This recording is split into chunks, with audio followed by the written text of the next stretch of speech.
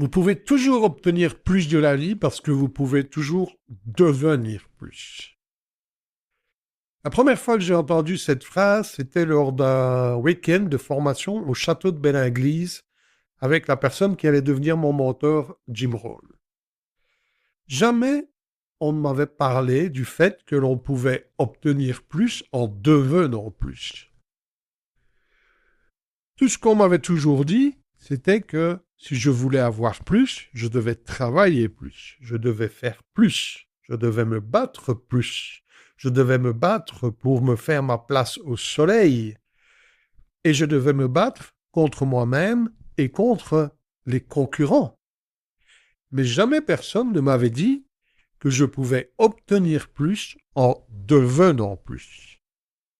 Jamais personne n'avait fait le lien entre avoir et être.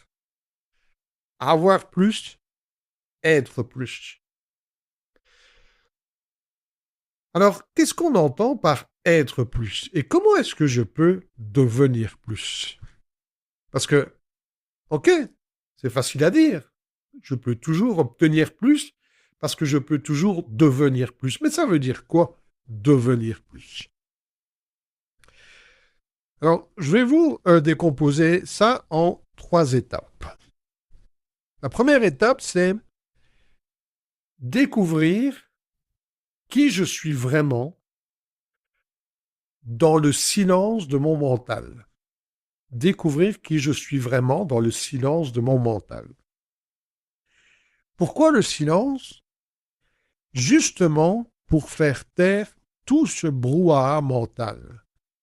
Toute cette petite voix qui jacasse sans cesse, toutes ces pensées qui surviennent sans que je n'y prenne garde, sans que je le décide, toutes ces croyances qui ont été semées dans mon esprit pendant une vingtaine d'années et qui aujourd'hui me font croire que je suis telle ou telle personne et que ceci ou cela est possible ou impossible pour moi. Donc c'est très important, avant de penser à devenir plus, de déjà faire l'effort de se dissocier de son mental, de se dissocier de ce que je crois être. Parce que le mental, les idées, les croyances, les pensées ne sont qu'illusions. Et pour plus de 90% d'entre elles, elles ne sont pas, ce n'est pas moi qui les ai choisies. Elles ont été semées pendant mon enfance par mes parents, par mes éducateurs, par mes professeurs, par mes amis. Et c'est au travers du regard de toute cette personne-là que je me suis construit mon identité. Et cette identité, c'est pas moi. Cette identité, c'est qui je crois être. Et donc, la première chose à faire, c'est de mettre un espace, mettre de l'espace entre cette identité, je dirais, acquise, cette identité héritée, et la personne que je suis vraiment, l'identité que je vais me choisir. Et pour cela, c'est nécessaire de faire le calme dans mon esprit, de prendre conscience de toutes ces croyances, de toutes ces pensées, de tout ce que je mets derrière le je suis, mais qui en réalité n'est pas moi. C'est la première étape pour devenir plus. La deuxième étape, une fois que j'ai pris l'habitude de me dissocier de mes pensées, de ne plus m'identifier à mes croyances, de ne plus m'identifier à cette identité héritée, c'est de choisir en toute conscience quelle est l'identité que je vais développer. Quelle est l'identité que je vais choisir? Quelles sont les caractéristiques de cette identité? Quelle attitude je vais avoir? Quelles compétences je veux développer? Quelle façon de parler je veux manifester? Comment est-ce que je vais me tenir? Comment est-ce que je vais marcher? Comment est-ce que je vais respirer? Quelles habitudes est-ce que je vais développer, acquérir, renforcer? Quelles sont les habitudes qui font plus partie de moi? Quelle est l'identité? Quelles sont les caractéristiques de l'identité que je veux développer? C'est un choix conscient. Et après, oui, ça va me demander de l'engagement. L'engagement de développer cette identité, de développer cette personne.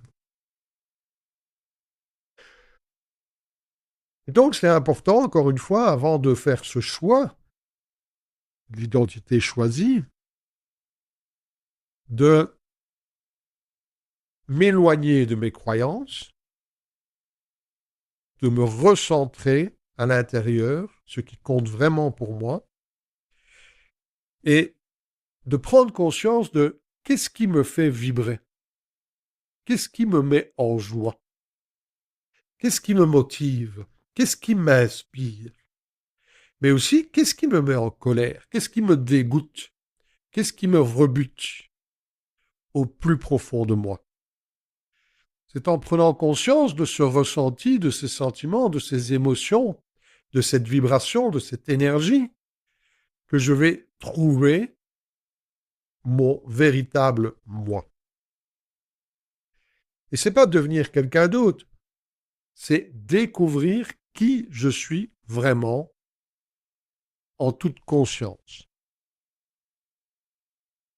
Donc l'importance de se désidentifier de mon moi hérité, de mes anciennes croyances, pour ressentir au plus profond de moi qui je suis et développer cette identité. La troisième étape, une fois que j'ai développé cette identité, la troisième étape sera d'imprégner toutes mes actions de cette énergie, de cette vibration, de cette nouvelle identité. Toute cette posture identitaire doit imprégner tout ce que je fais. Mettre toutes mes connaissances, toute ma sagesse, toutes mes émotions, toute ma nouvelle attitude dans toutes mes actions. Ça veut dire aussi arrêter de se comparer aux autres. Ça veut dire aussi arrêter de copier les autres. Ça veut dire aussi avoir le courage d'être qui je suis, avec mes qualités, avec mes défauts, avec mes zones d'ombre, avec mes forces, avec mes faiblesses, de conserver mon unicité. Et c'est ce qui va faire toute la différence. La majorité des gens se concentrent sur le faire. Faire plus, travailler plus, se battre plus. Mais ils ont beau faire encore et encore et encore.